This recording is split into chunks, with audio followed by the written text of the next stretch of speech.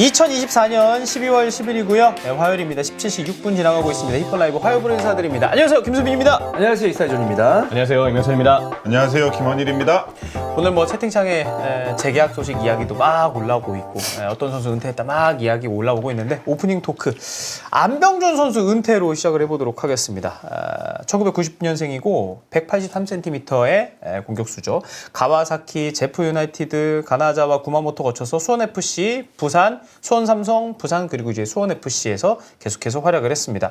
1부 리그에서 53경기 12골 1개 도움 기록하고 있고 2부 리그에서의 족적이 대단합니다. 102경기 뛰면서 55골과 9개의 도움을 기록을 했습니다. 먼저 안병준 선수 정말 한동안 한때 그 센세이셔널 해가지고 여러 뭐 매체에서도 다루고 이랬었는데 그 당시 안병준 선수를 좀 어떻게 기억을 하시는지. 사실 뭐 2020년이랑 21년에 수원FC 소속이랑 부산 소속으로 K리그2를 정말 말 그대로 흔들어 놨을 때 씹어먹었죠. 씹어먹었대. 네. 그때가 저는 가장 기억이 나는데 사실 그때는 저도 전데 수빈이 형 그때 중계했을 때잖아요. 네. K리그2 현장도 많이 갔었고 그래서 아마 직접 보고 느낀 게 저는 수빈이 형이 엄청 많았을 것 같거든요. 저는 그 안병준 선수가 제가 아까 신체 그 키 얘기하면서 놀란 게 뭐냐면 생각보다 작네? 근데 뭔가 전방에서 공 따주고 특히 저는 이 선수가 2부 리그에서는 존재하면 안 되는 빠따라고 생각했어요. 빠따.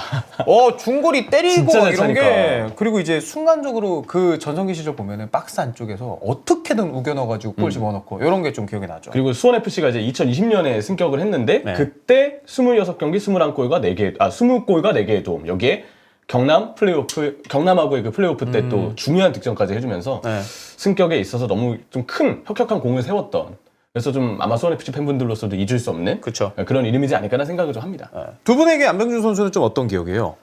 저는 좀 생각보다 좀 더 좀 이슈가 더 됐을 것 같았던 느낌이었거든요. 그러니까 2부 리그에 있었고 이제 승격도 하긴 했습니다만은 좀 더 우리가 생각했을 때 큰 클럽에서 이제 뭔가 자신의 역할을 할 수 있지 않을까라는 생각이었는데 제 기억이 맞는데 이 선수가 부상을 좀 크게 당하지 않았어요. 맞아요. 네, 그래가지고 그렇죠. 그 이후에 좀처럼 못 올라왔고 또 부상당했을 때 시점이 20대 후반 이제 30줄로 넘어가는 그런 시점이라서 회복하는데 이전 컨디션을 찾는데 어려움이 좀 있지 않았나라는 생각인데 어쨌든 처음 봤을 때 느낌보다는 훨씬 더 주목을 못 받았어요. 저는 더 주목을 받을 거라고 생각을 했어요. 네. 저도 네. 이 정대세 선수 예. 많이 경기를 했었는데 네. 안병준 선수가 이제 나왔을 때 부상만 없었다고 한다면 정대세 정도까지는 좀 스포트라이트를 받을 수 있지 않았을까. 네. 그렇죠. 정대세 선수는 막 지금도 보면 연예 프로그램에 네. 이런 것도 많이 나오고 예능에도 많이 나오고 하니까. 그리고 공통적으로 또 수원 삼성물류 이제 소속이라는 소속이었다는 맞네요. 공통점도 있는데 아무래도 이제 수원에서는 오영규 선수하고 투톱을 이뤘을 때 그때 이제 안병준 선수 활약이 좀 괜찮았던 면은 있지만 22년도 후반기 때는 18경기 7골이라서 그때는 그 투톱의 미력이었는지 안병준 선수가 수원에서 이렇게 쏠쏠하게 득점도 하고 활약도 해줬어요. 근데 아무래도 이제 2023년에는 비교적 좀 아쉬운 그쵸. 그런 결정력이나 몸 상태 컨디션이 좀 있었고 결국 이 선수는 그 무릎 쪽 부상이 가장 지금 안병준 선수의 마지막 커리어가 좀 꺾였던 그런 이유가 좀 되지 않았을까라는 좀 안타까움이 있는 것 같습니다. 근데 안병준 선수 유형 생각하면 정말 다른 한국 공격수랑은 좀 뭔가 플레이 스타일이라던가 이런 거 좀 다르지 않았나요? 뭐 달랐다기보다 네. 유형이 좀 묵직했죠. 파워풀했었고 그리고 생각보다 처음 봤을 때 제가 놀랐던 건 뭐냐면 네. 되게 의지가 강했어요. 그러니까 득점에 대한 볼에 대한 집중력이나 의지가 굉장히 강했습니다. 그건 수비 시에도 마찬가지였고 그래서 이 선수가 뛰는 모습 봤을 때 뭐 최근에는 별로 기억이 나지 않습니다만은 그때 이제 센세이션 할 때 봤을 때 굉장히 적극적이고 그리고 슈팅에 대한 두려움이 없고 우리나라에서 이제 외국인 선수들 결국 안병준 선수도 외국인 선수이긴 합니다만 그렇죠. 우리가 생각하는 외국인 선수들에 비해서 우리나라 이제 동양권에 있는 아시아권에 있는 또는 한국에 있는 선수들이 이렇게 자신만만한 슈팅을 때릴 수 있는 선수가 몇이나 되겠는가. 그리고 선이 굵고. 그렇죠. 네, 그래서 굉장히 좋아했던 선수였는데, 네, 아까 말씀드린 대로. 네. 결국 이런 것도 비슷한 유형의 선수 찾기 힘든 게 타고난 그 능력이 있어서 그런 게 아닐까 싶어요. 그런 빠따 같은 부분은 진짜 안병준이 가지고 있는 고유의 어떤 장점이라서 이게 따라잡기에는 워낙 천부적으로 이 선수가 갖고 있는 그 능력 자체가 좀 대단하지 않았나 그런 생각을 하게 됩니다. 자, 이렇게 안병준 선수 은퇴 소식 저희가 뭐 얘기했던 단어 제일 많이 나왔던 게 센세이셔널함, 그 번뜩임이 있었던 공격수였는데 이제는 은퇴를 해서 안병준 선수를 더 이상 볼 수는 없습니다만은 K리그 특히나 투에서는 정말 족적을 남겼던 대단한 공격수였다. 이 정도로 마무리할 수가 있을 것 같습니다. 자, 바로 핫피플 넘어가도록 하겠습니다. 대구 팬들을 위해서 여기 진짜 기다렸던 소식 아니겠습니까? 세징야랑 에드가가 재계약했습니다. 2025년에도 세징야와 에드가는 대구에서 뛰기로 확정을 했고요. 뭐 저도 비슷하게 생각을 했고 댓글도 봤습니다만 세징야 괜찮냐? 잘하냐? 내년에도 잘할까? 에드가 이제는 보여내줘야지라고 했는데 계속 갑니다. 근데 그럴 만한 선수들인 것 같아요. 이 둘은. 일단 세징야는 이번 재계약의 의미는 동상에 들어가는 걸 본인이 몇 년 미뤘다. 들어가긴 하는데. 들어가긴 하는데 예, 예, 그렇게 예. 봐야 될 것 같고 사실 이 승강 플레이오프 때 2경기 3골이에요. 올 시즌 14골과 8개 도움, 팀 내 최다 공격 포인트. 개인적으로는 여전히 세징야, 뭐 에드가 아직 대구가 이 두 선수의 덕을 보고 있는 부분이 굉장히 많다고도 생각을 하고 그게 아산하고의 경기 때도 충남 아산과의 경기 때도 꽤 많은 부분에서 저는 그런 내용들이 좀 보여졌다고 느끼거든요. 특히 세징야 선수의 경우는 그 어떤 비중이 보다 더 큰 선수이기 때문에 재계약은 무조건 했어야 됐다. 세징야의 경우는 특히나 더. 그렇죠. 네. 그 세징야 보면서 느끼는 게 뭐냐면 얘는 그 세징야 선수는 축구를 진짜 압도적으로 잘하는 느낌이 좀 있거든요. 근데 K리그 1 전체에서도 지금 세징야보다 축구 그 자체를 잘하는 선수가 있냐? 라고 하면 떠오르는 사람 있어요? 뭐 이제 저는 세징야 뭐 골을 잘 넣는다, 패스를 잘한다 이게 아니고 그냥 축구를 잘한다만 봤을 때. K리그 1에서 K리그 1에서. 뭐 명단을 보면은 있을 수 있겠지만 어쨌든 세징야 선수도 사실 K리그 안에서는 5손가락 안에 드는 선수라고 저는 생각이 듭니다. 그렇죠. 네. 세징야를 처음 만났을 때 2부에서 아마 방구 좀 끼고 올라왔을 거예요. 맞을 거예요, 맞을 거예요. 2016년에 그래가지고 2부에 있었으니까. 제가 딱 그 수비를 그 세징야랑 맞닥뜨린 포지션이니까 한번 맛을 보여줘야겠다. 네. 일부의 맛을. 웰컴 투 K리그 1. 발렸습니다. 어때요? 발려서 네. 그냥 딱 공 잡고 저를 딱 처음에 탈압박 해서 드리블을 하는데 얘는 다르다. 그 뒷공문을 제가 쫓아갔거든요. 네. 그래서 그 하프라인 그 터치라인 가서 감독한테 제가 혼자 못 막아요. 진짜? 혼자 못 막아. 이 커버 들어와야 된다고. 그렇게 좀 얘기를 했던 기억이 남아서. 진짜? 네. 혼자 못 막는다고 혼자 얘기했어? 그러니까 완전히 벗겨져서 얘는 이 스피드랑 이 감속이 다르다. 이런 걸 느꼈기 때문에 그래서 완전 클래스가 좋은 이 뭔가 좀 지켜봐줘야 돼야 하는 브라질리언이 있고 얘는 못 막는다. 그 예전에 전북의 로페즈라든지 이런 선수들, 레오나르도 이런 선수들은 혼자 못 막는다라는 그 친구들도 느낌이 딱 아예 못 들거든. 막죠, 그쵸? 근데 세징야는 2부에서 잘했다고 하긴 하는데 1부에서 어떨까라고 딱 붙어보자마자 클래스가 느껴졌어. 약간 그거네요. K리그 1의 맛을 보여줘야 되겠다 하고 형이 딱 나갔는데 세징야의 맛을 내가 본 거네요. 완전 바로 발렸어. 자, 세징야는 부상 빈도가 좀 늘어나고 있고 에드가도 저 나이 찾아보고 깜짝 놀랐습니다. 87년 1월생이거든요. 이 선수 뭐 예전만 하다고 말할 수 없긴 한데 나왔을 때 특히 뭐 세징야 선발로 나왔을 때 그리고 에드가 교체로 막판에 나왔을 때는 좀 막기가 어려워요. 결국 뭐 충남 아산과의 경기 때도 예. 에드가가 한 방을 또 해주는 거니까. 근데 그게 있는 것 같아요. 그러니까 다른 팀들은 이렇게 장기적으로 갈 만한 외국인 선수를 구하는 게 하늘의 별따기입니다. 진짜.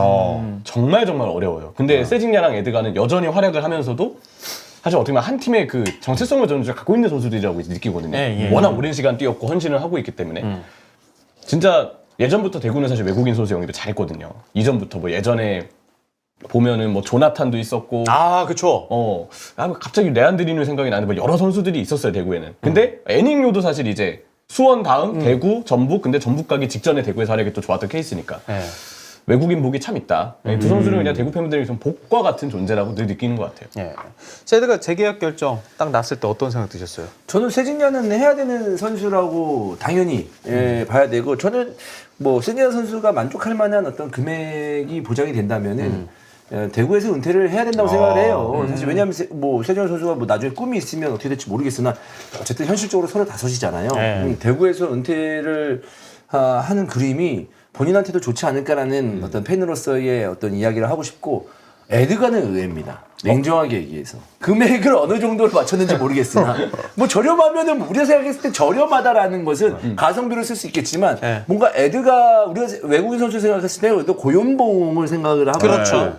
또 이제 특수한 포지션에서 사용한다는 선수라는 것을 이제 알고 있는데 에드가를 재계약한다는 거는 의외긴 합니다, 사실. 저는 근데 약간 반대. 그래도 저는 애매하게 용병 데려와서 선발로 써가지고 우리 선수 자리 하나 뺏겨가지고 애매할 바에는 차라리 백업으로 나는 이만큼 영향력 있는 선수가 없다라고 생각을 해서. 제가 에드가를 예. 불이람에서 처음 봤어요. 불이람이나 예. 그때 이마를 봤는데 예. 좀 반딱반딱했거든요. 좀 근데 다르다. 이번에 그 현장에서 예. 인터뷰를 했는데 바로 옆에 섰습니다. 근데 그 이마가 약간 이 화석 느낌이 나더라고요. 이제 화석 단단한. 단단한. 이제 굳은 살이 배겼다 이런 뜻인가요? 헤더의 빈도가 너무 많아지니까 어떻게 보면 이제 그 약간의 사용감이 좀 있다. 네. 그렇게 봐야 되지 않을까. 그래서 이거는 한번 박으면 그냥 그 발이라고 보면 된대. 단단해가지고. 세징야의 오른발을 그 에드가는 머리라고 보면 된다고 그렇게. 근데 유독 헤더를 진짜 세게 잘 박아놓는 선수가 있잖아요. 약간 그런 과다 에드가는. 그렇죠. 네, 완전 뚝배기 전용이기 때문에 네. 이거는 뭐 10분을 뛰든 뭐 15분을 뛰든 굉장히 위협적인 선수이기 때문에. 네. 그때 불이람이랑 만나셨을 때는 어떻게 막으셨나요, 에드가 선수? 어떻게 K리그의 맛을 보여주셨습니까? 이기긴 한 것 같아요. 그래서 제가 뒤통수를 그냥 받았는데 네. 그냥 엄청 젠틀하고 그 매너가 좋아가지고 제가 드립 다 까도 네. 뭐 그냥 그 아빠 미소 같은 그런 인자함을 보여줬었던 그런 기억이 있어요. 네. 뭐 인성 얘기도 뭐 대구 팬들이 굉장히 뭐 이 두 선수는 워낙 좋아하니까. 그리고 요 얘기는 뭐예요, 형님? 세징 야채 볶음 팔아야 된다? 야채 곱창. 야채 곱창, 세징 세징 야채 야채 곱창. 곱창이었어요. 뭐 실제로 요식업을 생각하신 거예요, 대구가? 아니 그게 아니고 예. 세징야 대구니까 이 세징야 특산품 뭐라 그래 그걸 뭐 제품 네. 제품을 뭐 야채 곱창 팔아 세징 야채 곱창. 대구에서 뭐 경기장에서 파는 괜찮은데? 세징 야채 곱창에서 네. 기회 한번 주세요. 제가 가서 이제 볶으면서 야채 곱창 한번 팔겠습니다. 요즘에 이제 K리그 구단별로 공약 거시는 게 제주에서 방어도 잡으셨다고. 그러니까 입수하셔가지고. 방어 잡는데 네. 되게 가장으로서 노력한다라는 게 너무 보여가지고 방어가 쉽지 않아요. 이거 힘도 좋죠, 걔네. 그래도. 힘도 좋고 미끈미끈거리고. 근데 그런 거 싫어하시죠? 만지는 거. 너무 피부에 싫어. 닿는 거. 아니 딱 봐도 아니 생물고기 만지는데. 몸을 날려서 이렇게 해야 되는데 이게 방송을 찍고 있는데 이걸 하기 싫어하는 게 보이니까 이렇게 화나더라고. 적당히 해야지. 이 방어가 이만해요. 그거를. 힘도 세. 보니까 영상 방어는 방어는 낚시할 때도 장난 아니야. 네, 저 너무 싫어합니다. 네. 보였습니다. 네. 그러면은 이제 대구에서 뭔가 연락을 주셔가지고 세징 야채 볶음 하면 이렇게 할수 그렇죠. 있는? 그래서 팬들한테 짜지 드리고. 푸드트럭. 네, 그래서 그거 딱 돈 모이면 기부하고. 기부로. 에드가 관련해서는 뭐 없으니까. 에드가도 이제 재계약했으니까. 세징 야채 볶음만 해주면 에드가 입장에서도 나도 통하지. 헌신을 했는데. 그래도 세징야 솔직히 냉정해야죠. 세징야에 비하면 에드가는. 에드가 나한테요? 세징야가 한결, 그러니까 에드가도 한게 있지만, 그렇게 되면 대구 다 해야지 그러면. 이게 세징야 에드가 정도. 에드가도 이제 뭐 에드 가리비. 안 돼요? 네가 해요 그러면 그거. 같이 할래요? 같이 하고. 네, 그렇습니다. 에드 가래떡, 에드 가지볶음 많잖아요. 에드 가오가이도 있는데요. 에드 가오가이. 그래서 세징야는 특수한 선수니까. 네, 그렇습니다. 이런 세징야 뭔가 축구 자체도 잘하는데 팀에서 상징성도 있고 그리고 새로운 어린 선수들이 프로 딱 입단했을 때도 혹은 유스에서 뭐 입단했을 때도 이런 외국인 선수가 자리 잡고 있으면 좀 마음도 좀 다를 것 같아. 배울 것도 좀 다르게 많을 거라고 생각을 하는데. 그렇죠. 근데 이제 프로니까 예. 자리를 또 이겨내야 돼. 네. 내가 쟤보다 잘해야 된다라는 마인드. 이제는 한번 도전하는 선수들이 나오지 않을까. 세징야를 위해서. 네, 뭐 뭐 물론 배우는 것도 있겠지만. 뭐 슈팅이나 뭐 이런 것들은 배우겠지만 배우면서도 후시탐탐 그 세징야의 자리를 도전하는 그런 어린 선수들이 많이 있을 것 같습니다. 이제. 뭐 얘기 들으면 확실히 선수단인 거네요. 네. 세징야 선수도 이제 에드가 선수도 이제 예전에는 사실 그 한 자리 박아놓고 시작했다고 하면 이제는 뭐 조금 로테이션을 돌아갈 수 있는 기회가 생기기 때문에 뭐 유스 선수들도 그 포지션에서 많은 도전을 하지 않을까. 그럼 또 세징야는 또 증명해내야겠죠. 그렇죠, 네. 그렇죠. 그리고 아무래도 뭐 최근 들어서 부상도 있다 보니까 그 자리 세징야 없을 때 분명 경기력 차가 있으니까 대구가 그거를 메워야 되는 거를 내가 좀 해봐야 되겠다 이런 생각도 할 것 같고. 자 이렇게 세드가 두 선수가 동시에 재계약했다라는 거 오피셜로 띄워줬고요. 노이어 이야기로 넘어가도록 하겠습니다. 점점 하락세인 게 아마 축구 보시는 분들도 좀 많이 느끼실 것 같은데 일단 갈비뼈 부상으로 1월 넘어서 돌아온다고 하고요. 여전히 뭐 놀라운 선방도 있고 챔피언스리그 8이란 경기에서도 김민재가 볼 잡아야 되는 위치 올라와가지고 반대 전환 패스도 해주고 이런 그 노이어의 대단함이 있긴 한데 중계하면서도 좀 노이어 떨어졌다는 걸 좀 느끼시나요? 빌드업은 대체 불가인데 요즘은 그 빌드업이나 판단도 조금 불안불안한 게 있어요. 그 경기가 아마 슈투트가르트전이었을 텐데 노이어가 패스미스를 하더라고요. 그리고 이번에 레버쿠젠과의 포칼 경기 때 너무 위험하게 나왔다가 퇴장을 당해서 맞죠. 네, 결국 그 경기 포칼 탈락의 큰 빌미가 됐고 그 이후엔 또 갈비뼈 부상 때문에 지금 경기를 또 못 뛰고 있고 노이어가 선방이 제가 보기엔 눈에 띄게 떨어졌어요. 그래서 이제 먹힐 만한 건 먹히는 선수가 됐다. 옛날엔 진짜 되게 깜짝 놀랄 것도 잘 맞고 되게 안정감이 있어서 참 노이어라는 선수의 플레이를 보는 맛이 있었는데 요즘은 좀 안정적이다, 든든하다, 뭐 단단하다 이렇게 말하기는 조금은 어려운 이제 상황이긴 해요. 에이, 조금 어렵진 않죠. 많이 어렵죠. 네, 옛날 노이어에 많이 비하면은 사실 그냥 평범한 골키퍼예요 지금. 옛날 많이 노이어에 했어요. 비교하면 퍼센트로 치면 지금은 몇 퍼센트예요? 반이 반. 반? 아 근데 그냥 평범한 골키퍼예요, 솔직히. 이거 노이어를 내가 비판하고자 하는 게 아니고 이게 뭐 선수의 수준이죠. 그래서 진짜 우리가 노이어를 봤을 때 네. 가끔씩 좋은 선방 이렇게 해주는 거 있잖아. 그럼 역시 노이어 하잖아요. 그쵸, 그쵸. 그럼 그 선방 다른 골키퍼보다 합니다 요즘. 네. 맞는 것 같아요. 옛날에 어떤 카리스마가 있었냐? 라고 봤을 때는 그건 떨어진 지 오래다. 냉정하게 얘기해서. 제가 만약에 바이에른 뮤니խ 경기 몇 경기 하이라이트만 봤다. 네. 이러면 이런 얘기 안 하는데. 다 봤잖아요. 다 보진 않았죠. 다 보진 않았는데 어쨌든 김민지 따라다니면서 지난 시즌부터 쭉 봤기 때문에 그렇기 때문에 전 노이어는 이제 평범한 어떤 레벨이지 않을까. 다음 골키퍼를 분명히 찾아야 된다라는 그렇죠. 생각입니다. 네. 최근 기사에 따르면 미넨이 2025년까지 계약되어 있는 노이어를 2026년으로 연장할 계획 세웠다고 하고요. 지금 미넨이 2021년에는 뉘벨 영입했는데 모나코로 2년 임대 보내고 2023년부터는 슈투트가르트에 임대를 보내놨습니다. 근데 이제 새 시즌 임대라고 해요. 그럼 2026년에 타이밍상으로는 뭔가 노이어에서 뉘벨로 교체할 가능성 그런 수순인 것 같은데 그때 되면 노이어가 이제 39, 40 이렇게 되는데 그때까지도 좀 노이어를 계속 가야 될까요? 근데 사실 솔직히 얘기해서 한 시즌 더 노이어로 가는 거 제가 볼 때 리스크가 되게 진짜 큰것 많이 같아요. 떨어진 게 보이나 보네요. 진짜 떨어지긴 떨어졌어요. 그래서 아니 또 실수를 많이 해요. 해요, 맞아요. 네. 이미 제가 볼 때는 그 잔부 상황 때문에 해마다 지금 빠지는 기간들이 생각보다 짧지 않거든요. 네. 그래서 저는 1년 더 노이어가 간다는 게 오히려 좀 불안하고 그리고 여기 나와 있는 대로 대체자를 니벨 골키퍼로 예, 생각을 예. 하면 그건 그거대로 불안해요. 그래요? 니벨은 발밑이 안 좋아요. 제가 볼 때. 아. 근데 노이어의 그래도 항상 노이하면 가장 먼저 떠오르는 거는 발밑과 패스와 예. 빌드업에 참여할 수 있는 그 능력인데 니벨이 선방은 잘하는데 그게 좀 아쉽거든요. 발밑, 패스. 이미 바이에른 뮌헨은 노이어 선수의 플레이를 오랫동안 보면서 빌드업에 대한 눈이 엄청 높을 텐데 리벨로 선방은 대체되거나 아니면 요즘 노이어보단 리벨이 더 선방은 잘할 수 있겠지만 예.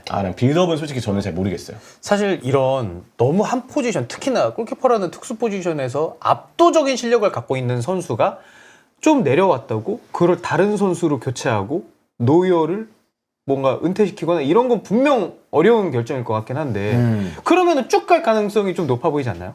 노이어와. 예, 노이어와. 아 근데 그런 실수하면서 실점해 버리면은 그 선수를 어떻게 믿어요, 사실. 예, 노이어니까 바라봐주고 그래도, 있는 거지. 예. 다른 선수였으면 바로 교체해요. 그러니까 그럴 수 있는 부분이 언제는 뭐 실수는 언제든 나올 수 있습니다만은 예. 우리가 알고 있는 노이어하고는 지금 다 완전 다르니까 당연히 세컨을 찾아야 되고 또 요즘은 좋은 골키퍼도 많기 때문에 세컨 나와서 선방하고 하면 예. 바로 바뀌는 거죠, 사실. 네. 그리고 세컨도 대우를 잘해줘야 되는 게 뭐냐면 나왔는데 잘했는데 그냥 세컨을 넘버투로 둔다? 예. 바로 이적해버립니다. 네. 그럴 수 있죠. 이제 골키퍼들이라는 게 매물이 사실. 네. 예. 그죠? 뭔가 K리그에서도 실력 굉장히 준수한 그리고 골키퍼 한 팀에서 정말 오래 했는데 이 선수가 좀 내려오는 게 좀 보입니다. 세대 교체를 해야 되는데 뭔가 팀을 바라보는 그런 팬들의 시선도 있고 이럴 때 내칠 수 있을까요?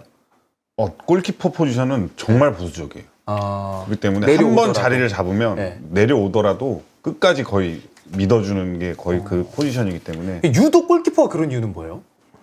그냥 이 보이지 않는 그런 실수들을 잘 모르니까 팬들 입장에서는 예, 그런 예, 예. 그 골키퍼 코치만 아는 거니까 예. 그것도 이 본인만의 그런 신뢰나 골키퍼 코치랑의 신뢰가 있기 때문에 쉽게 바꾸기가 어려운 것 같아요. 골키퍼 포지션은. 근데 예. 쉽게 바꾸기 어려운데 예. 넘버 투가 어느 정도 하잖아요. 예. 예, 그럼 바꿀 수 있는데 K리그 1 안에서 넘버 2로 가는 경우가 이번에 포항 연패했을 때 갔었죠. 아, 그렇죠. 그럼 봤을 때 어땠어요?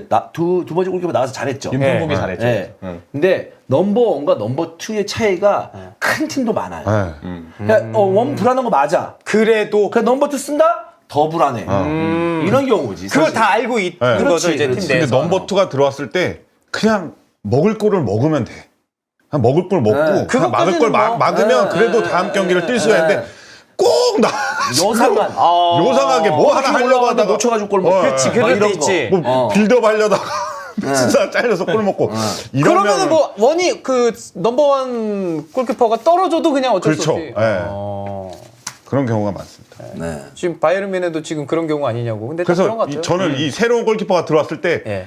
막 백패스나 이런 거 막 오잖아요. 그러면은 무조건 그 관중석이나 이런 데서 쉽게 해. 그냥 그냥 걷어내 막 이렇게 저는 속마음을 그렇게 생각하거든요. 근데 뭐 수비수 입장에서도 뒤에 골키퍼가 계속 제 불안해하면 백패스하기 부담되잖아요. 그러니까 골키퍼 바뀌었을 네. 때, 그러니까 센터백 조합은 그대로인데 골키퍼만 바뀌면 많이 차이나요? 후반에서? 엄청 차이나요. 왜냐면 이제 골키퍼가 다 보고 있으니까 예. 그 지시해 주는 게 굉장히 크거든요. 아, 그러니까 콜 플레이도 크니까 그 수비하는 데 있어서. 그렇지. 그 골키퍼한테 가장 중요한 거는 이 막 화내고 네. 막 성질내고 막 수비 리딩하고 이런 능력이 저는 크다고 생각하거든요. 예. 그 부분에서도 그 FC 서울의 그 골키퍼 있잖아요. 백종범. 네. 그 선수가 뭐 막는 거랑 이런 것들은 굉장히 저는 준수하게 했다고 봐요. 그래도. 근데 이제 리딩.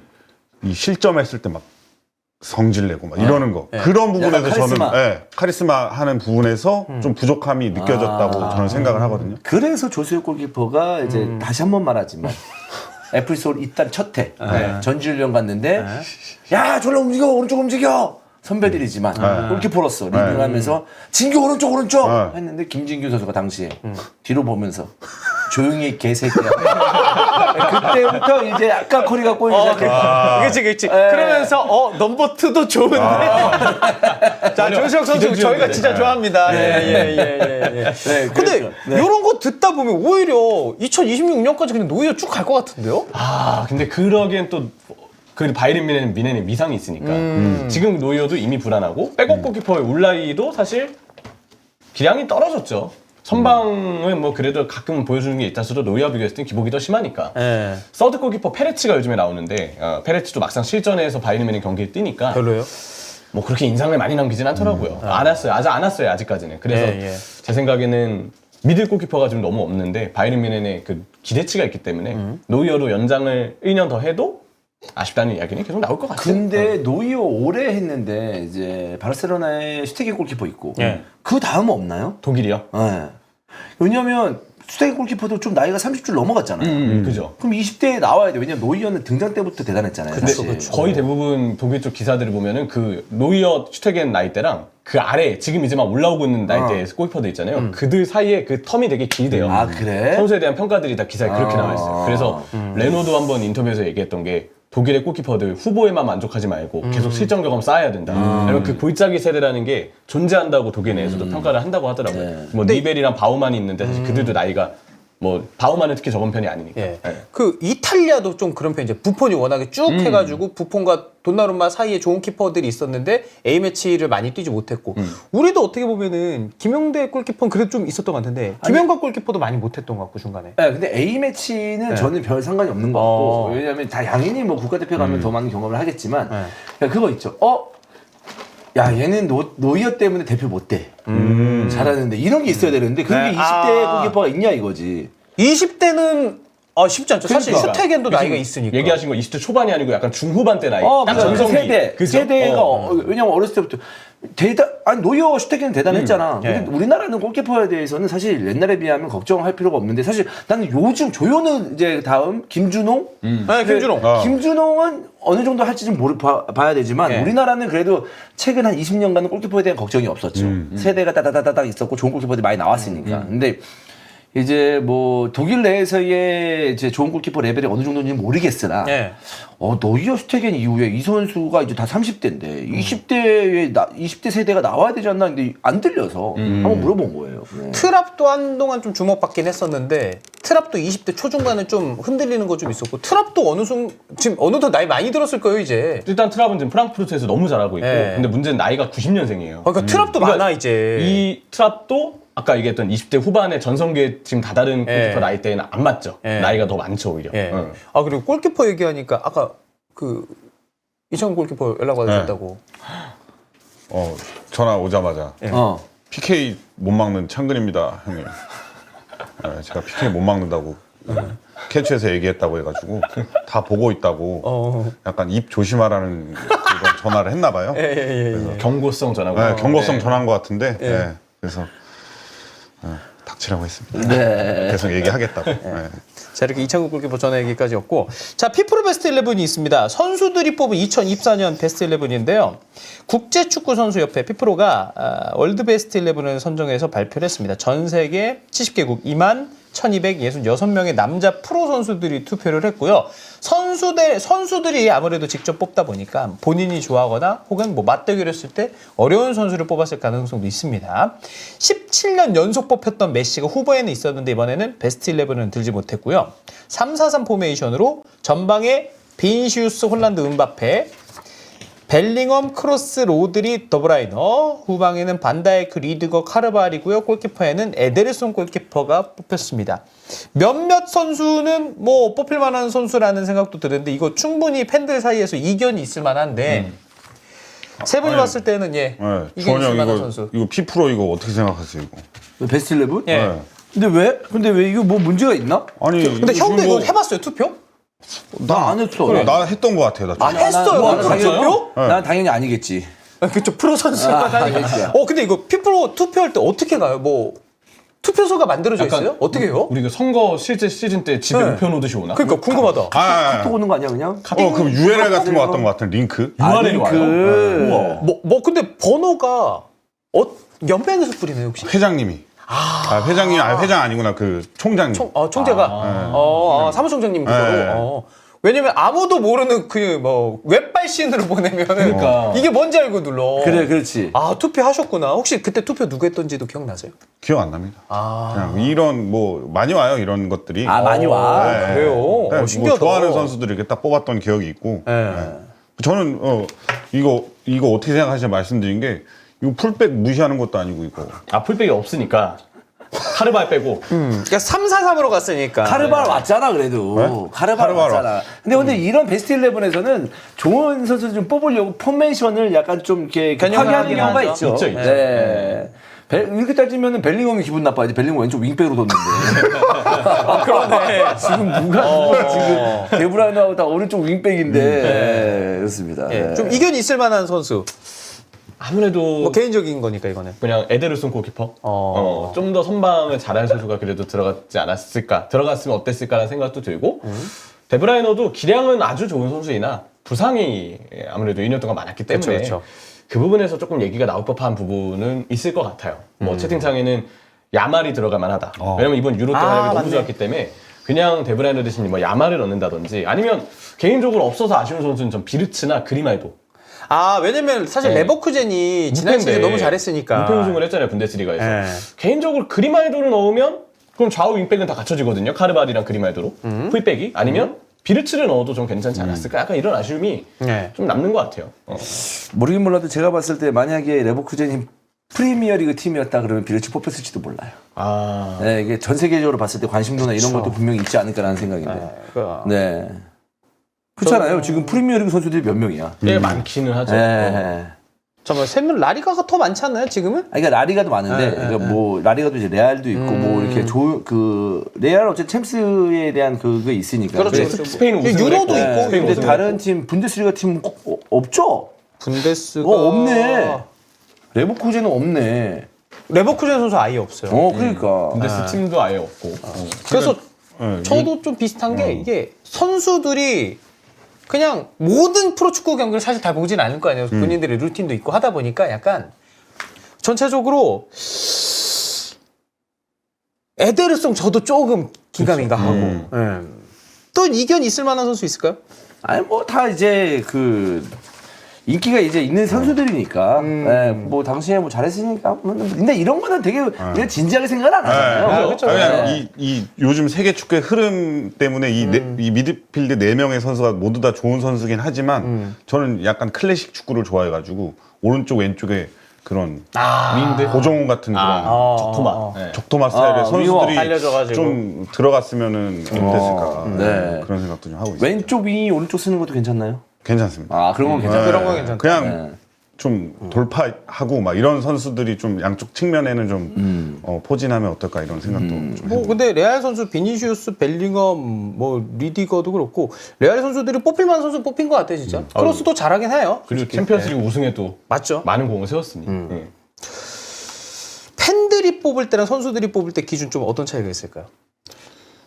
저는 아무래도 팬들이 더 객관적으로 여러 경기들을 좀 시청하는 시간이 많을 거잖아요. 그 팬들 픽이 좀 더 정확할 가능성이 있다 이런 거. 그들이 좀 더 베스트 객관적으로 11에서? 보려 하고 네. 스탯도 비교할 수 있고 그 자체에 할애할 수 있는 시간이 제가 볼 때 많은 것 같아요. 근데 선수는 사실 그 선수 본인의 경기와 일정을 체크하는데 관리하는 것만 해도 어떻게 보면 선수가 팬분들이 경기를 보는 시간 이상으로 본인의 그 경기 준비에 되게 많은 시간을 쏟을 수밖에 없잖아요. 다른 경기나 혹은 통계를 찾아보고 뭔가 여기에 투표를 할 수 있는 시간이 사실 이분들에게는 쉽게 주어지기 힘들다 이렇게 봐야 되지 않을까 싶습니다. 근데 팬들도 팬들 나름인 게 프리미어리그 팀 이제 잉글랜드 같은 팀들은 자기 팀만 경기밖에 안 보거든요. 아 그럴 수도 있지. 예, 다른 팀에 대해서 잘 모를 수 있는데 전 세계 팬을 다 한다면 객관적일 수가 있겠죠. 네. 전 세계 팬. 원일이 형은 현역 때 뭐 기억 안 난다고 하셨지만 다시 현역으로 돌아가서 이렇게 피프로에서 월드 베스트 11 뽑았으면 어떤 기준으로 뽑으셨을 것 같아요? 뭐 저는 그냥 좀 자기 좋아하는 유명하고 좋아하는 선수 위주로. 왜냐하면 현역 선수들이 그 축구 많이 안 봐요. 네. 사실 못 보죠. 쉽지 다른 않죠. 축구 많이 안 봐요. 그렇기 때문에 새벽에 무슨 그 축구를 다 보고 앉아 있어. 그렇기 때문에 이거 약간 약간 좀 인기 투표 가는 느낌도 있어요. 네. 선수들이 알고 이제 유명세도 있고 네. 그런 선수들. 자 이제 마지막 히든 토론으로 넘어가도록 하겠습니다. 오늘 주제 페널티킥 획득이 창의성의 척도라고 여겨져야 할 겁니다. 그 지난주 토요일에요. 요 경기 보신 분들은 좀 신기한 장면 많이 보셨을 겁니다. 토요일에 본머스랑 울버햄튼 경기했는데 저스틴 쿠리베르트가 리그 최초라고 합니다. PK로 헤트트릭 기록했다고 하고요. 근데 이 세 개의 PK를 유도한 선수가 또 에반 유손 선수, 한 선수가 다 획득을 했습니다. 에반 유손이 올 시즌 13경기에서 5개의 페널티킥 유도하면서 리그 전체 1위라고 하고요. 04-05 시즌에 크리스탈 팰리스에서 앤드류 존슨이 한 시즌 8개를 얻어냈었대요. 이 기록을 넘어설 수 있는 페이스라고 합니다. 그래서 디에슬레틱에서 PK 유도도 창의성의 척도로 봐야 하는가에 관한 칼럼이 올라왔습니다. PK 획득, 창의성의 척도입니까? 어떤 거예요, 일단? 지금 수비수한테 이거를 한다는 거는 창의성으로 본다? 그냥 저는 쌍욕 나옵니다. 이게 왜 창의성이야? 아, 같은 팀이라고 생각해서 생각해봐 그러면. 형 공격수가 누가 얻어? 같은 예를 들어서 팀. 김승대 선수가 누가 좀 잘 얻어냈어요? 뭐 네. 김승대 선수도 있고 뭐 진성이 형도 있고 여러 있잖아요. 공격수, 좋은 공격수들. 이거는 유도탄을 날리는 거니까 강상우라고 새우를 잘 꺾습니다. 그래서 심판 리스트에도 올라갔어요. 이 친구는. 새우 꺾지 마라. 약간 PK 얻어내는 그 동작이나 이런 동작이 것들. 이제 그 새우 꺾기 네. 동작이라고 허리를 이렇게 딱 악 말아서 하면서. 그러면서 이제 새우 꺾기가 들어간다 하면 네. 심판들도 바로 이 제스처 나가죠.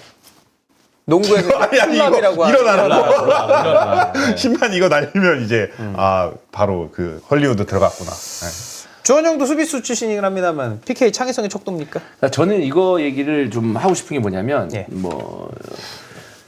이 선수들이 박스 아닌데 박스 바깥에서든 이 파울을 당했을 때 진짜 당했을 수도 있고 심판의 휘슬을 유도할 수도 있고 살짝 했는데 할 수도 있죠. 있고 여러 가지 오버플레이도 할 수 있는데 그거에 대해서 엄청 예민하게 보더라고. 그냥 뭐냐면 심판들이 아니면 팬분들이. 예를 들어서 이 정도 했는데 하면 욕할 수 있어. 네. 근데 딱 했는데 어느 정도는 이 파울이 좀 될 만한 상황이야. 그러면서 하고 넘어졌어. 접촉은 있었으니까. 근데 저 새끼 치팅한다. 속이려고 한다.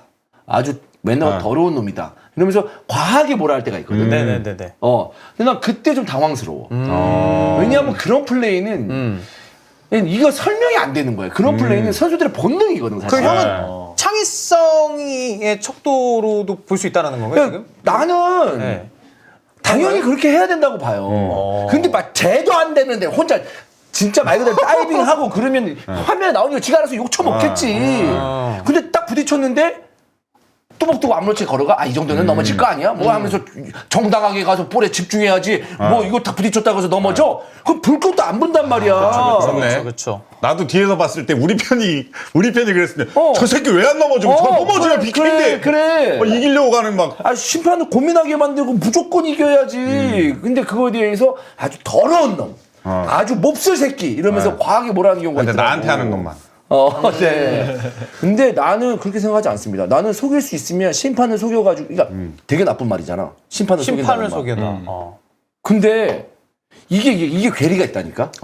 이게 일반 팬들과 괴리가 있어. 실제 뛰는 선수들과? 심판을 속여서 PK를 얻어서 난 승점 3점을 따낼 거야. 그래도 심판을 속이면서까지 하면 안 되지. 근데 하나도 왜 VAR이 나왔겠어? 그런 놈들이 많기 때문에 그걸 좀 더 정확히 잡아나기 위해서 VAR이 있는 거야. 사실 맞잖아요. 그러니까 둘은 이제 선수의 관점이고 형철 씨는 어때요? 저도 개인적으로는 이거는 공격에 영향을 미친 거라서 우리가 이제 극단적으로 얘기하다 보니까 시뮬레이션으로 유도하는 선수 쪽의 관점을 좀 많이 얘기한 것 같은데 그냥 정당하게 PK를 얻은 선수는 그 골에 관여가 된 거잖아요. 크로스로 어시스트 기록하는 선수나 스루 패스로 어시스트 기록하는 선수나 페널티킥으로 그 골을 넣을 수 있는 환경을 만들어준 선수나 제가 볼 때 이치가 똑같거든요. 저는 그래서 그 골에 들어가는데 영향을 준 건 크로스를 올린 선수나 스루 패스를 준 선수나 비슷하다. 아니면 그쵸 페널티킥을 얻은 선수나 다 똑같다. 그래서 저는 도움이로 기록됐으면 좋겠다는 생각이에요, 개인적으로. 예전에 프리미어리그에서 페널티킥 얻으면 도움 줬었잖아요. 그게 영향력이 있는 거니까. 이걸 잘 보여주는 게 트랜스마크트인데 트랜스마크트는 아직도 페널티킥 획득하면 거기 통계 기준에 도움으로 찍혀요. 거기 어시스트 스탯이 실제 그 리그의 어시스트 스탯하고 다른 경우들이 있는데 근데 저는 개인적으로 트랜스마크트를 좀 더 뭔가 밀어주고 싶거든요. 왜냐면 그게 결국 그 선수가 얼마나 그 팀의 결정적인 공격에 관여됐는지를 보여주는 지표라고 생각을 해서 그 기준이 저는 오히려 좀 더 좀 괜찮을 때가 있어요. 이라울라 감독이 에반 유손이 스코어 시트에 등장하진 않지만 득점을 기록한 건 아니지만 차이를 만들었고 많은 기회를 만들었다고 생각한다고 말했고요. 클레베르트의 해트트릭을 소중히 여기지만 특히 에반 유손을 인정하고 싶다고 언급을 했습니다. 그리고 이제 기사에서 올 시즌 창의적으로 PK를 유도했던 예시 장면들을 제시했는데 첫 번째, 리버풀과 맨체스터 시티 경기에서 루이스 디아즈가 골키퍼와의 접촉 유도를 위해서 점프하면서 다리를 살짝 끌었던 장면 요약했었고 10월입니다. 맨유와 웨스트햄 경기에서 데니 잉스가 더리우트의 터치를 유도해서 넘어졌던 장면. 세 번째, 본머스와 울브스 경기에서 조세사가 패스하려는 순간 에반 유손이 가로챘고 조세사가 발목을 차서 넘어지는 장면이 있었습니다. 기사에서는 수비수의 반칙에 대한 처벌이 항상 공정하진 않을 수 있지만 공격수가 그 상황을 활용하려는 노력을 포기해서는 안 된다고 강조를 했고요. 빠른 발, 뛰어난 BQ, 지능, 뛰어난 기술 등 다른 선수보다 파울을 잘 따내는, 유독 잘 따내는 경우가 있으니까 창의성의 척도라고 보고 있다고 합니다. 세 분도 많이 동감하시나요? 창의성의 척도까지 가는. 이게 파울을 잘 유도하는 선수들이 있어요. 그리고 심판이 멍청하면 거기에 되게 많이 당합니다. 그 중고등학교 레벨에서도 마찬가지고 그렇기 때문에 이게 창의성이라는 것은 나는 내가 봤을 때 되게 긍정적인 어떤 그 상황에만 써야 된다고 생각하거든요, 사실. 아무래도 단어가. 그냥 누군가가 이제 내가 너 지갑을 소매치겠어. 야, 저 새끼 창의성 있어. 창의성 있어. 이러면 좀 그렇잖아요. 근데 되게 이상하진 않은데? 난 좀 이상한데? 그래 좀 이상하죠. 좀 창의성이라는 것은 우리가 되게 긍정적인 어떤 면에만 하는 건데 그렇죠. 과연 이 파울을 유도하는 거에 대해서 창의성이 있다. 어쨌든 PK 상황에서는 VR을 보지만 박스 바깥에서의 파울에 대해서는 VR을 보지 않는단 말이에요. 근데 예를 들어서 박스 바깥인데 막 프리킥 요즘 세트피스에서 골 많이 넣으니까. 그렇죠. 위협적인 프리킥이 나올 수 있는 상황이야. 직접 프리킥이 나올 수 있는 상황이야. 거기서 잘 유도하는 선수는 선수 나올 수 있잖아. 그쵸. 심판을 속이면서. 네. 근데 그것까지 창의성이라고 말하는 건 좀 부담되긴 합니다만은, 나는 그래도 이런 어떤 그 파울을 잘 유도하는 선수들이 좀 머리가 좋다라는 생각은 개인적으로 갖고 있습니다. 근데 이런 장면들을 봐도 PK가 아닌 장면은 아니잖아. 무조건 걸린 그치, 장면이니까. 맞아. 근데 제가 수비수하는 입장에서 이런 PK 잘 얻어내는 선수를 보면은 굉장히 리듬감이 좋아요. 그리고 수비수는 분명히 그게 볼이라고 생각했기 때문에 발을 맞아요, 뻗은 맞아요. 거거든. 그래서 수비는 볼을 공격을 해요. 그러니까 현혹시킨 거네. 네, 그래서 볼을 공격을 했는데 그 자리에 볼이 없어지고 즉 다리가 들어가 있는 거예요. 그러면서 이제 PK를 얻어내는 장면이 있기 때문에 리듬감이 좋고 박스 안에서 드리블 저돌적으로 드리블하는 선수들은 PK를 많이 얻어낼 수밖에 없다. 네. 네. 어느 정도 저는 창의성의 척도라고 보긴 하는 것 같은데 다만 확률인 것 같아요.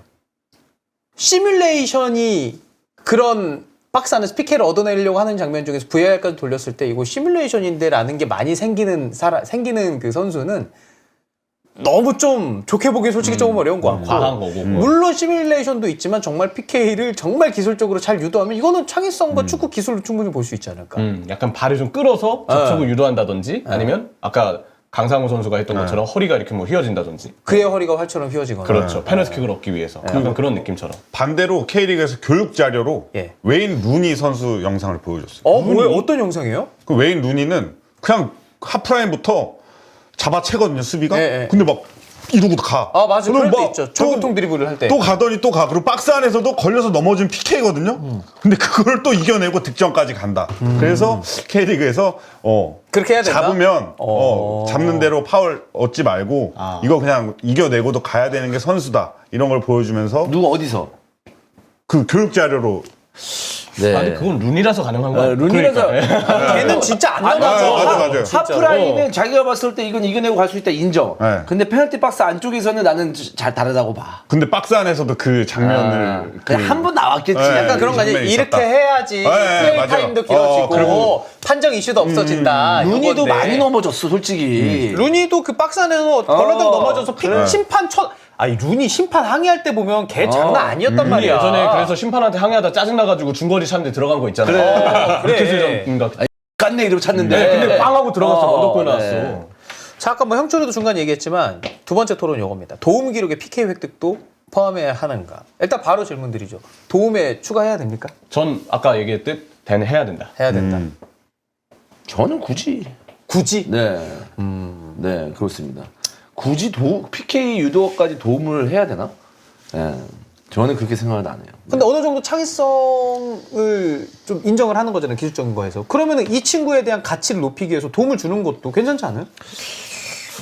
저는 그렇게까지 해야 되나? 도움은 도움대로 가야 되지 않나라는 생각이에요. 우리가 그래도. 생각하는 이제 필드 플레이 상에서. 네. 원일이 형은 어떠? 저도 그 룰은 많이 바뀌는 걸 저는 별로 좋아하지 않기 때문에 오. 클래식하게 가야 된다. 기사에서는 PK를 유도한다고 해서 에베뉴송의 도움 수치에 기여하지는 않겠지만 노력은 데이터에서 인정받아야 한다고 주장을 했습니다. 일반적으로 XA, 기대 어시스트 값이요. 슈팅한 공격수의 XG 값과 같은 수치라고 보면 PK의 XG 값이 0.79, PK 유도도 XA에 포함해서 값을 조정하니까 에베뉴송의 올 시즌 기대 어시스트 값이 4.69라고 합니다. PK 유도 5번 있었고 이 방법을 1819 이후 프리미어리그 전체에 적용하면 다음과 같습니다. 기대 어시스트, 살라 66이었다고 합니다. 기존에는 57.3인데 PK 관련 기대 어시스트 값이 8.7이나 나왔다고 하고요. 메디슨이 46.7. 기존에는 42였는데 PK가 4.7이었고 스털링이 진짜 높아요.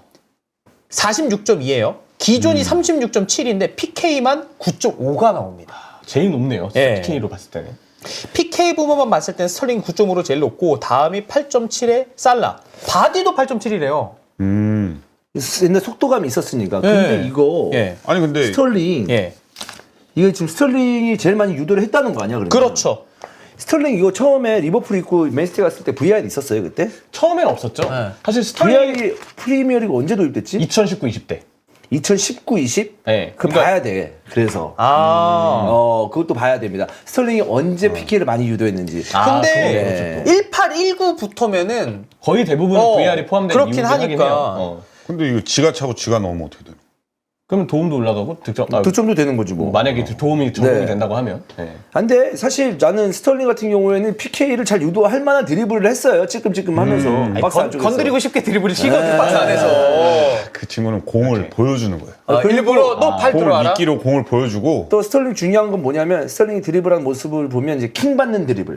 아장만장. 킹 받는 드리블을 하기 때문에 선수들에게 어떤 깊은 태클을 유도하지 않나라는 생각.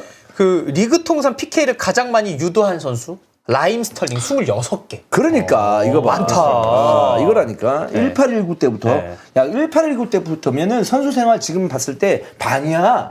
반 전에는 VR이 없었어. 지금 그러니까 이 선수가 1112에 데뷔했는데 그 이후부터 거의 주전을 뛴 시즌이 하나, 둘, 셋, 넷, 다섯, 6시즌이야. 그렇기 때문에 그 전에도? 그 전에도. 근데 아까 원인이 형이 질문하신 것처럼 이 방법이 PK를 넣고 직접 PK를 넣는 선수가 이중으로 수치가 계산될 수도 있다고 합니다. 근데 궁극적으로 두 가지 행동이 서로 독립적일 수도 있으니까 그에 따라 보상을 받아야 한다고 하는데 이 기자는 게임의 규칙이 맞는다면 공격적인 노력에 대한 보상이 주어져야 한다. 창의적인 숫자를 조정해야 한다고 주장을 했습니다. 리그 공식 규칙에는 포함이 안 되는데 판타지 리그 하시면요. PK 유도도 이 선수의 포인트 합산에 도움을 좀 주긴 합니다. 많이 들어가죠. 왜냐면은 뭐 페널티킥 유도를 해서 이 선수가 팀의 승리에 기여를 했건 득점에 기여를 했건 요거를 인정한다라는 거죠. K리그 판타지도 그랬어요. 왜냐면 그게 영향력을 보여주는 아 거예요. K리그도 그래요? 네, K리그 판타지도 똑같은 방식입니다. 네.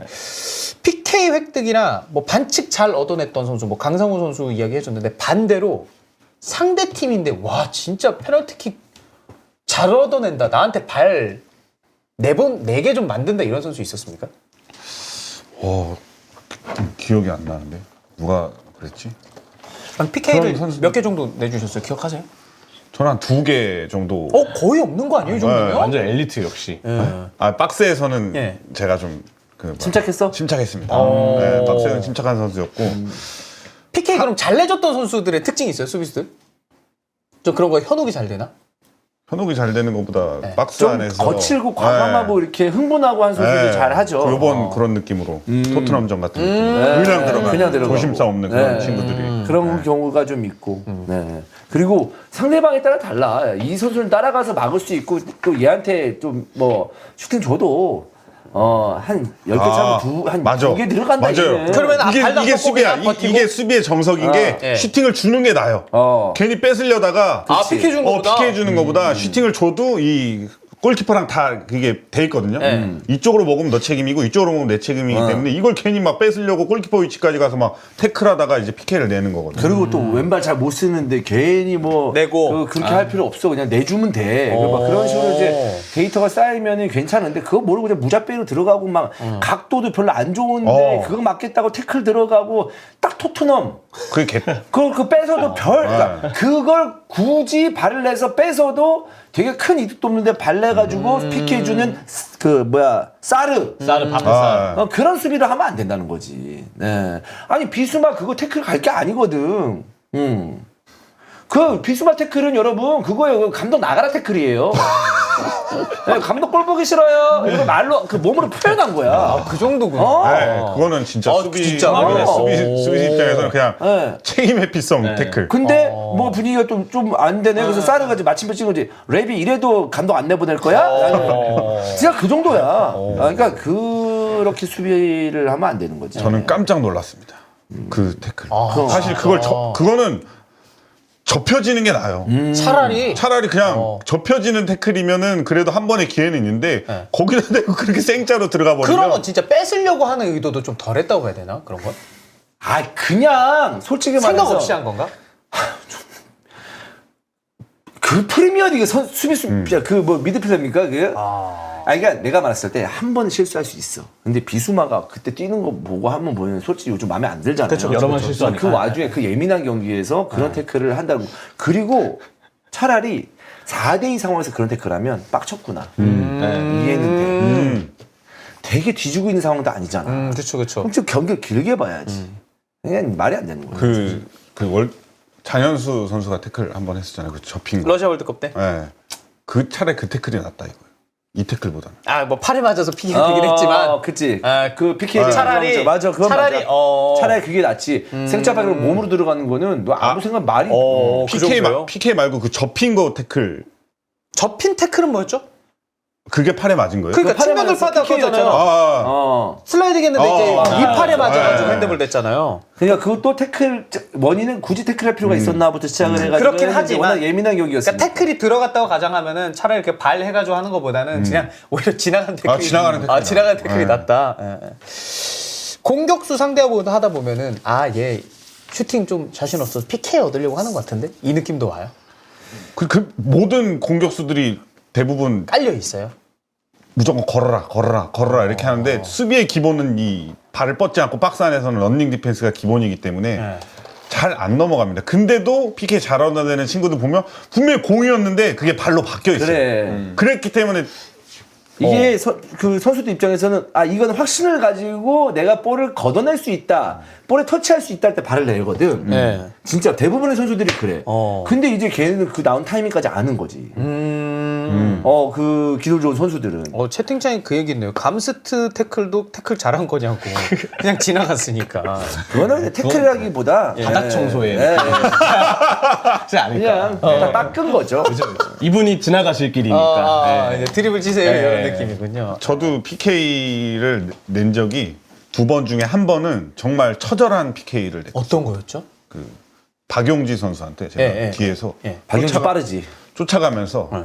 정말 허우적대면서 이 유니폼을 잡아당기면서 오. PK 그게 한 4번째 골 전반에 4번째 골 아, PK였던 거. 그거는 본인이 약간 좀 정말 짜증도 나고. 짜증 나는 게 아니고 어떻게든 막아야 되는데 어떻게든 막아야 되는데 이미 저기 가 있어. 근데 그 박스 아니야. 그래서 잡다 놔야 되는데 유니폼이 좀 늘어나면서 PK를 헌납했던. 형도 좀 이런 거 기억나요?